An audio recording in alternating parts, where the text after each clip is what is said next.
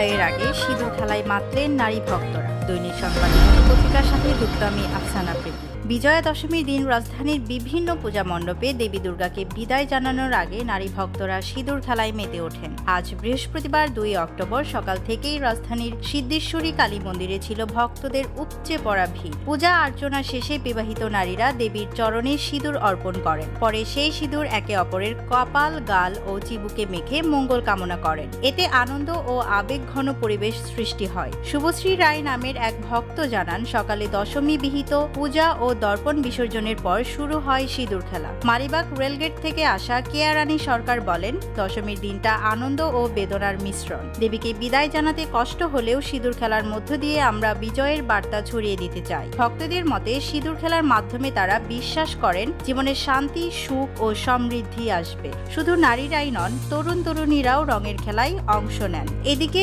পূজা উদযাপন পরিষদ জানিয়েছে, বিকেল 3টা থেকে শুরু হবে বিজয়া শোভাযাত্রা। রাজধানীর 254টি পূজা মণ্ডপের প্রতিমা বুড়িগঙ্গা, তুরাগ ও বালু নদীর 10টি ঘাটে বিসর্জন হবে। এর মধ্যে সবচেয়ে বেশি প্রতিমা বিসর্জন হবে বীণাস্মৃতি স্নানঘাট, ওয়াইস ঘাট ও নবাববাড়ি ঘাটে। আনন্দ বেদনার আবহে এভাবেই শেষ হচ্ছে এবারের দুর্গা উৎসব।